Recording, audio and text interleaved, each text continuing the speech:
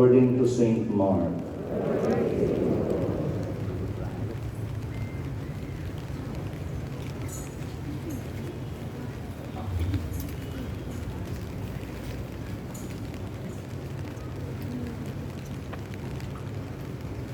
A leper came to him and kneeling down, begged him and said, "If you wish, you can make me clean."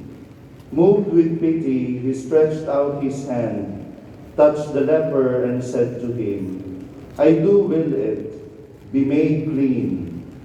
The leprosy left him immediately, and he was made clean.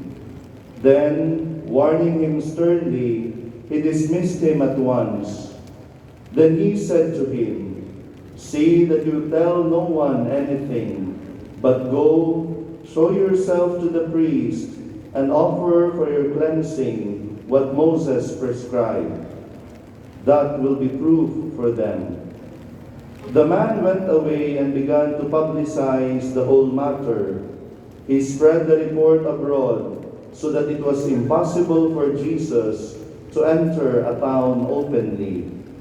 He remained outside in deserted places, and people kept coming to him from everywhere.